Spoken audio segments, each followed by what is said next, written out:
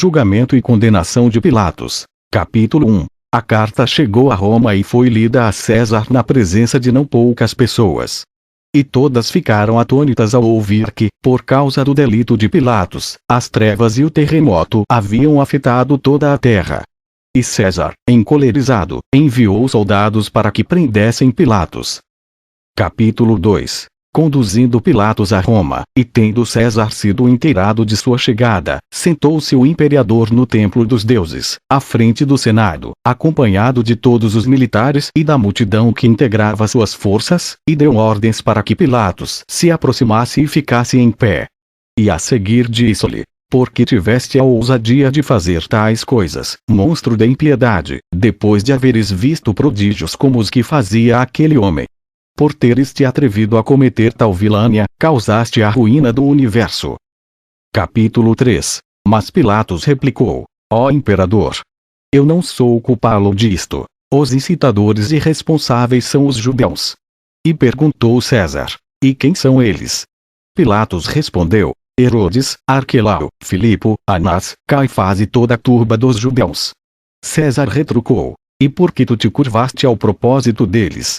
Pilatos disse: sua nação é revoltada e insubmissa, não se submete ao vosso império. Ao que César replicou: em lugar de tê-la entregue, deverias tê-lo colocado em lugar seguro e o enviado a mim, e não deixar que eles te persuadissem a crucificar um ser notável como este, que era justo e que fazia prodígios tão bons como o que fazias constar de teu relatório. Pois sinais como estes permitem conhecer que Jesus era o Cristo, o Rei dos Judeus.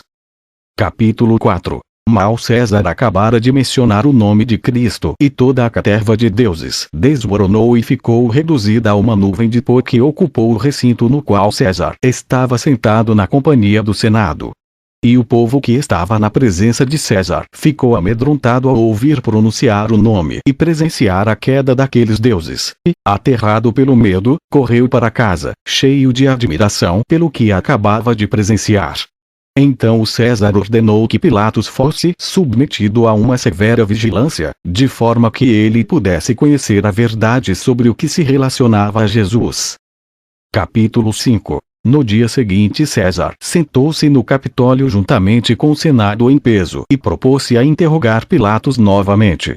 Então o César disse: dize a verdade, monstro da impiedade, pois, pela impiação que levantaste a cabo contra Jesus, tua má conduta veio manifestar-se até aqui, com os deuses fazendo-se em pedaço.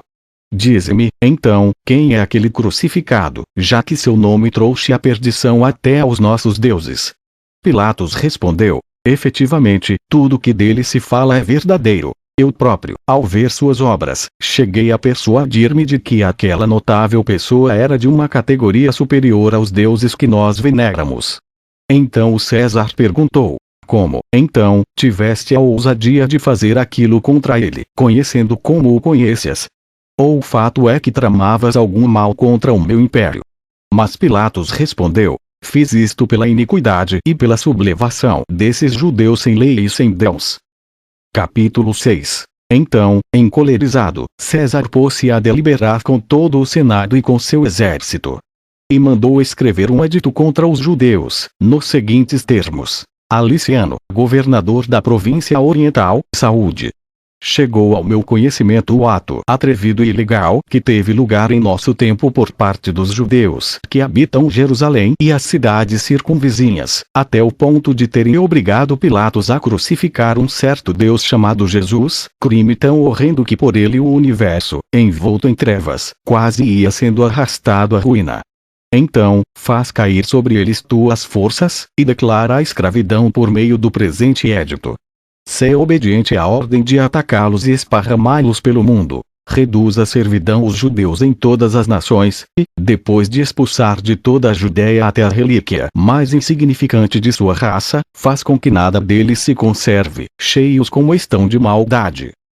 Capítulo 7. Tendo este édito chegado ao Oriente, Liciano obedeceu ao terrível teor da ordem e exterminou a nação inteira dos judeus. E aos que ficaram na Judéia, lançou-os à diáspora das nações para serem escravos, de maneira que chegou ao conhecimento de César o que Liciano havia feito contra os judeus no Oriente, o que o agradou. Capítulo 8. E César dispôs-se novamente a julgar Pilatos. Depois mandou que um chefe chamado Áureo lhe cortasse a cabeça, dizendo: da mesma maneira que este levantou a sua mão contra aquele homem justo chamado Cristo, de maneira semelhante este também cairá sem remissão. Capítulo 9. Mas Pilatos, quando chegou ao lugar indicado, pôs-se a orar em silêncio desta forma: Senhor, não me faças perder na companhia dos perversos hebreus, pois eu não teria levantando a minha mão contra ti não fosse o povo dos judeus iníquos, que se rebelaram contra ti, mas sabes que agi sem saber. Assim, então, não me faças perder por este pecado, porém sê benigno comigo, ó Senhor, e quanto à serva Procla, que está ao meu lado nesta hora da minha morte e a quem dignaste designar como profetisa da tua futura crucificação.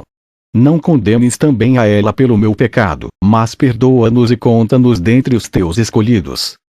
Capítulo 10. E eis que, após Pilatos terminar sua oração, sobreveio uma voz que dizia: bem-aventurados chamar-te-ão as gerações e as pátrias das gentes, porque no teu tempo cumpriram-se todas estas coisas que tinham sido ditas pelos profetas sobre mim. E haverás de ser testemunha por ocasião da minha segunda vinda, quando irás julgar as 12 tribos de Israel e aqueles que não reconheceram meu nome.